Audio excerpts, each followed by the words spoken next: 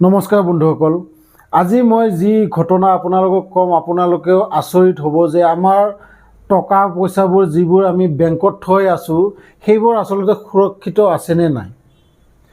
এনেকুৱা ঘটনাৰ বিষয়ে কম যিটো ঘটনা কোৱাৰ পিছত আপোনালোকে বেংকলৈ যাবলৈ ভয় কৰিব।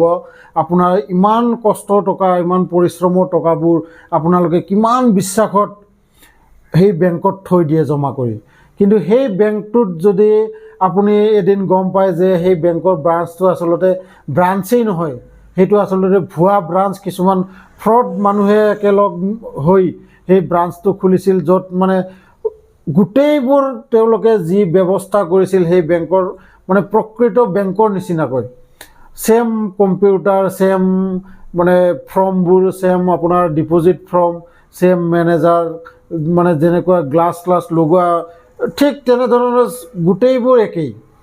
কিন্তু আপুনি পইচা থৈ থৈ থৈ থৈ এদিন গম পালে যে আপোনাৰ সেই বেংকৰ যিটো ব্ৰাঞ্চ, সেই ব্ৰাঞ্চটো আচলতে ভুৱা ব্ৰাঞ্চ, মানে তাত কোনো ব্ৰাঞ্চৰ মানে চৰকাৰী হিচাপে কোনো মান্যতাই নাই।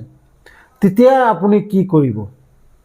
আৰু ঠিক এনেকুৱাই ঘটনা হৈ গৈছে এতিয়া ছত্তীশগড়ত। আপোনালোকে গুগলত চাৰ্চ কৰি চালে গম পাব, আৰু এই নিউজটো গোটেই ভাৰতবৰ্ষকে মানে কঁপাই তুলিছে যে কি আচৰিত ঘটনা।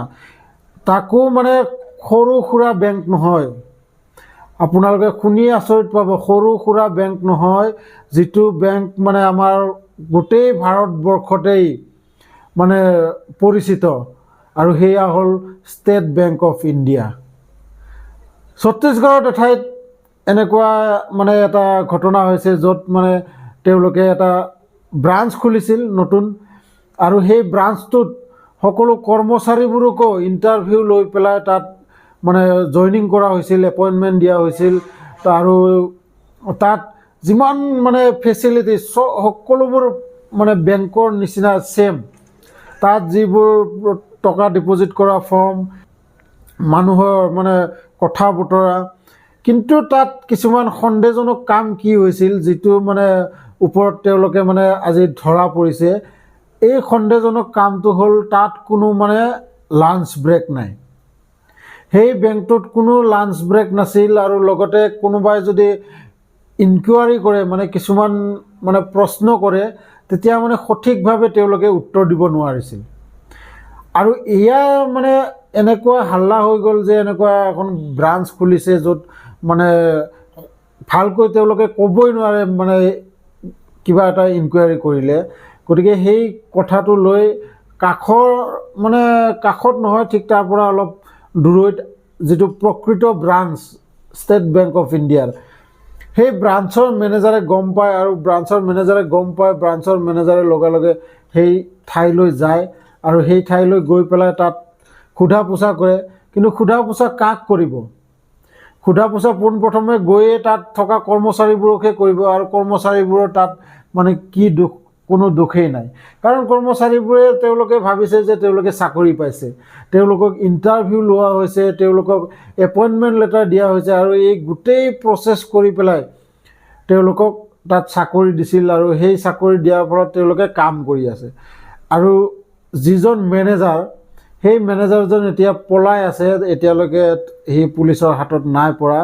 কিন্তু আজি মানে আমি ভাবিবলগীয়া কথা, যিটো কথা মানে কিছুমান চিনেমাত আমি দেখিবলৈ পাওঁ, যিটো আপোনালোকে হয়তো প্ৰায়েই চাইছে এই চিনেমাখন, স্পেচিয়েল 26, অক্ষয় কুমাৰ, অনুপম খেৰ আছিলে।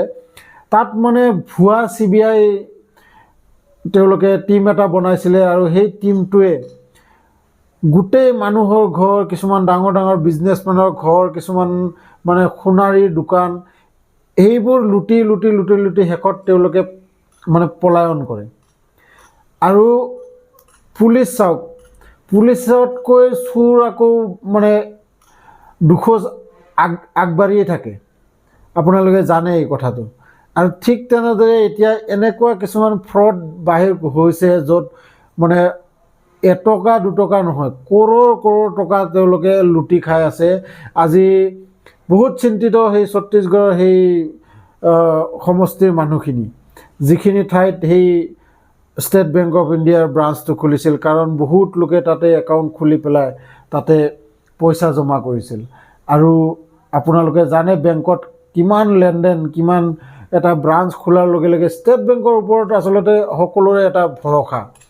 আমি সকলোৱে ভাবোঁ যে ষ্টেট বেংকত টকা থৈ দিলে ইয়াৰ নিচিনা আৰু মানে ছেফ বেংক আৰু নাই। কিন্তু আজি চাওক মানুহে কেনেকুৱা এটা খেল ৰচি গ'ল, য'ত মানে কিছুমান গৰীব মানুহৰ পেটত লঠিয়াই দিয়াৰ নিচিনা এটা ঘটনা। যিয়ে নহওক সাৱধান থাকক আপোনালোকে। আৰু এইবাবে ভিডিঅ'টো আনিলোঁ মই। আপোনালোকে যদি চাই ভাল লাগিছে লাইক এটা কৰি দিব, লগতে চেনেলটো যদি নতুনকৈ আহিছে তেতিয়াহ'লে চেনেলটো ছাবস্ক্ৰাইব কৰি ল'ব, কাৰণ মই এনেকুৱা ভিডিঅ' আপোনালোকৰ বাবে আনিয়ে থাকোঁ। লগ পাম এনেকুৱা এটা ইণ্টাৰেষ্টিং ভিডিঅ' লৈ নেক্সট ভিডিঅ'ত। তেতিয়ালৈকে সাৱধানে থাকক, ভালে থাকক। ধন্যবাদ।